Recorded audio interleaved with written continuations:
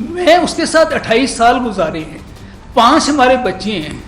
اللہ کے فضل و کرم سے ایک وقت بھی ایسا نہیں تھا کہ وہ کبھی بچے تنگ ہو، وہ تنگ ہو یا ہم تنگ ہیں.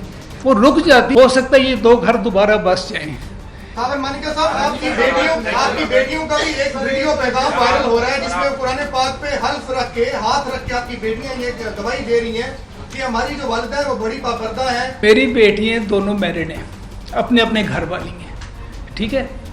ان کو کیسے دلوایا گیا، کیا کہا گیا، اس میں آپ ذرا دوبارہ ریکارڈنگ. آپ کی کہہ رہی ہیں کہ میرے باپ پہ کوئی شاید پریشر ہے، اور آج آپ کا باڈی لینگویج بھی پوری قوم دیکھ لی، جس طرح سے آپ گھبرائے ہوئے ہیں، آپ میرے گھر میں کام بھی رہے ہیں. ایک تو میں آپ کو دیکھ کے کام کروں، نہیں میں ایک تو آپ کو دیکھ کے کام کروں. نبی رحمت صلی اللہ علیہ وآلہ وسلم پر نازل ہونے والے پاک کلام میں سورہ طلاق کے اندر جب ہم دیکھتے ہیں تو اس میں عدت کی اہمیت بیان کرتے ہوئے اللہ رب العزت نے فرمایا کہ یا ایھا النبی اذا طلقتم النساء فطلقوہن لعدتہن واحصوا العدہ. تو امت کو تعلیم دی گئی کہ اگر تم اپنی عورتوں کو طلاق دو تو ان کی عدت کے دن وہ ضرور گن لیا کرو. اب سوال یہ پیدا ہوتا ہے کہ یہ عدت کے دن ہیں کتنے، اس کی مدت کیا ہے؟ تو اس حوالے سے بھی قرآن مجید کے اندر وضاحت موجود ہے، اور یہ بات انتہائی قابل غور ہے کہ جب کسی شرعی مسئلے کی رہنمائی قرآن کے اندر واضح طور کے اوپر آ جائے تو اس کے اوپر کسی دوسری دلیل کی کوئی ضرورت پیش نہیں آتی. تو اللہ رب العزت نے طلاق یافتہ عورت کی عدت بیان کرتے ہوئے سورۃ البقرہ کی آیت نمبر 228 کے اندر یہ ارشاد فرمایا کہ والمطلقات یتربصن بانفسہن ثلاثۃ قروء، کہ طلاق یافتہ عورتیں اپنے آپ کو روک کے رکھیں 3 قروء یعنی 3 طہر تک. جس کا سادہ مفہوم یہ ہے کہ 3 مہینے طلاق یافتہ عورت کی عدت بنتی ہے. میں اس لیے مظلوم بن کے نہیں آیا ہوں، آپ کو مظلوم جو ہیں میں ان کا بھی حال دکھاؤں گا اور آپ کو سناؤں گا کہ مجھے سمجھ نہیں آ رہی کہ جب اللہ تعالیٰ کا قرآن پاک میں فرمان ہے کہ اس وقت تک عورت رکی رہے ایک مدت تک، تو کیا جلدی پڑی تھی کہ ہمیں کیا ضرورت پڑ گئی تھی ان کو کہ 39 دن کا ہم نے ثابت کر دینا ہے کہ 39 دن میں فٹافٹ نکاح کر لیں. اگر وہ اس قرآن پاک کی اس آیت کو مان لیتے تو آج جو ان کی وکلاء کی فوج ہے جس میں سلمان اکرم راجہ صاحب اور سلمان صفدر صاحب اور اتنی فیسیں لیتے ہوں گے، اور جو لڑائی جنگ لڑ رہے ہیں کہ ثابت کرنا ہے جی 39 دن کی عدت ہوتی ہے، تو اس کی ضرورت ہی نہ محسوس ہوتی. وہ رک جاتی آگے کیا مہینے بعد اس کی عدت ختم ہو جانی تھی، مہینہ سونا مہینے بعد اس کے بعد نکاح کر لیتی. یہ ریزن ضرورت کیا پڑی ان کو کہ ایک تو نکاح کر لیا. جو میرا گھر ٹوٹا یا نہیں ٹوٹا میں اس کی بیان نہیں کروں گا آپ سے.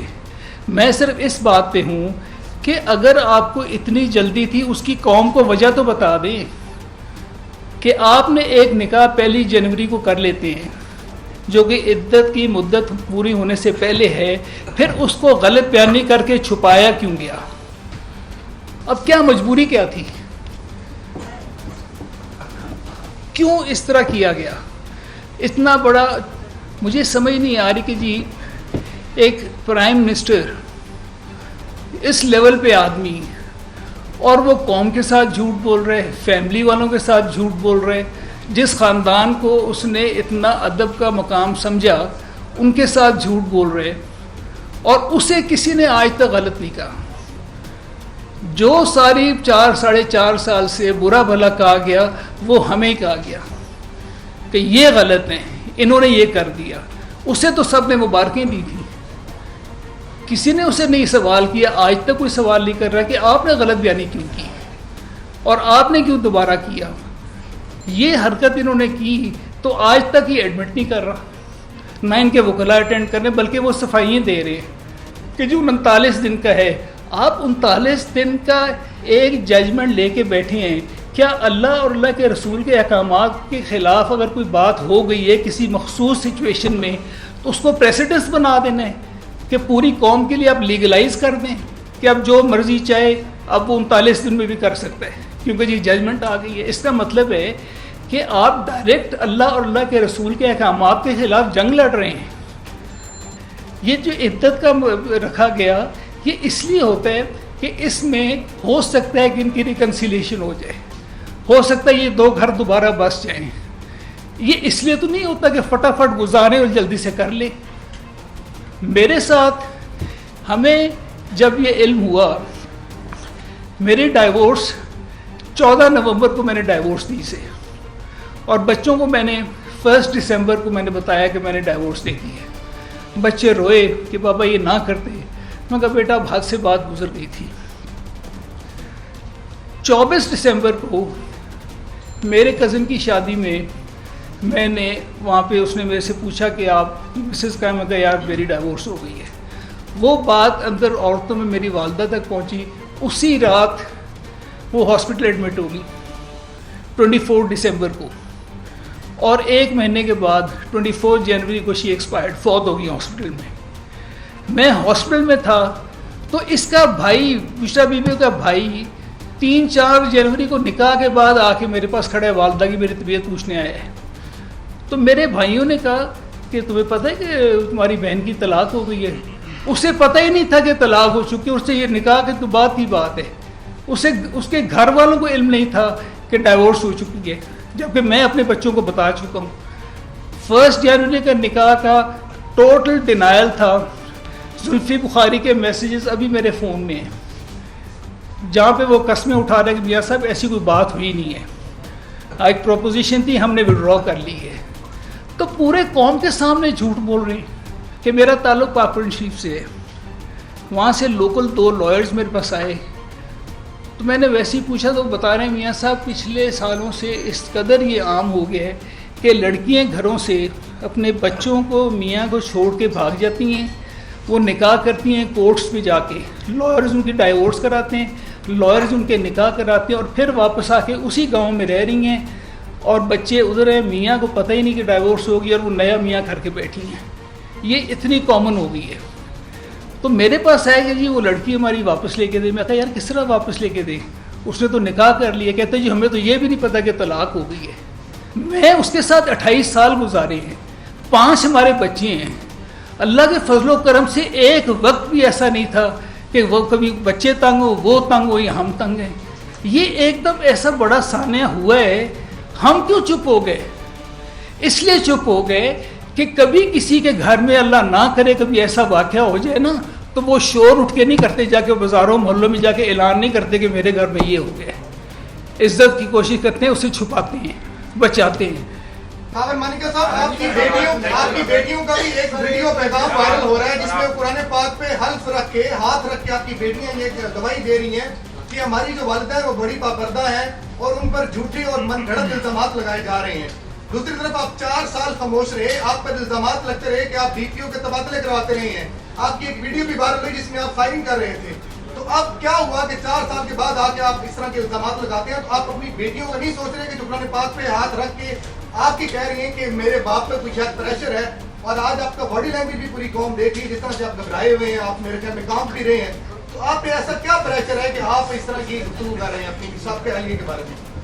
اب میں جواب دوں. ایک تو میں آپ کو دیکھ کے کام کروں, نہیں میں ایک تو آپ کو دیکھ کے کام کروں. میری بیٹیاں دونوں میرڈ ہیں, اپنے اپنے گھر والی ہیں, ٹھیک ہے. ان کو کیسے دلوایا گیا, کیا کہا گیا, اس میں آپ ذرا دوبارہ ریکارڈنگ ہے ذرا. نمبر 1. نمبر 2, آپ بات کر رہے ہیں عدت کی, یہ کن کا سوری بات کر رہے ہیں عدت کی. عدت اور طلاق میاں اور بیوی کے درمیان 2 انڈرسٹینڈنگ ہوتی ہے. یہ کانٹریکٹ ہوتا ہے میاں اور بیوی کا. جب میں نے طلاق دی میرے بچوں کو نہیں پتا. آپ کو بتایا نا کہ 14 دن بعد میں نے بتایا کہ میں نے ڈائیورس دے دی ہے. یہ باتیں بیٹیوں سے بچوں سے کرنے والی نہیں تھیں اس وقت, اور نہ ہم نے کی ہیں. ڈی پی او کا تبادلہ میں نے کروا دیا. اس میں مجھے وہ موٹو ہوا چیف جسٹس کے سامنے, اور میں نے چیف جسٹس کے سامنے جا کے بات کی. مجھے بتائے کہ اگر میری بیٹیوں کا مسئلہ ہوا, سڑک پہ روک کر پولیس نے تنگ کیا, تو میں نے آئی جی کو کال کی کہ جی آپ ذرا سنبھالیں. اور میں نے آئی جی کو کال کی, اور فرا گوگی اور اس کا میاں, ان کو جب پتہ چلا کہ یہ ہوئے, وہ خود بخود پیرنٹس بنے ہوئے تھے نا, ہم بچوں کا خیال کرنے والے ہیں بغیر وجہ کے, انہوں نے بزدار کو کہہ کے کرایا, اور کورٹ میں اس نے معافی مانگی, جمیل گجر نے, اس میں آئی جی نے معافی مانگی اور بزدار نے معافی مانگی. اور مجھ سے کورٹ نے 5 بینچ ججز کا تھا, بینچ تھا, سپریم کورٹ نے مجھے یہ کہا, یہ ذرا غور سے سن لیں بات, کہ مانیکا صاحب آپ کی بیٹی ہماری بیٹی ہے, قوم کی بیٹی ہے, ہم آپ سے معذرت کرتے ہیں. آتش نیوز پاکستان کے سب سے بڑے نیوز نیٹ ورک کا حصہ بننے کا سنہری موقع. ملک بھر سے درج ذیل آسامیوں کی ضرورت ہے. Bureau chief, deputy bureau chief, video editor, city reporter, tehsil reporter, district reporter, crime reporter, press reporter, نمائندہ, نامہ نگار. Chief executive Syed Jamshed Bukhari. مزید معلومات کے لیے ان نمبرز پر رابطہ کریں.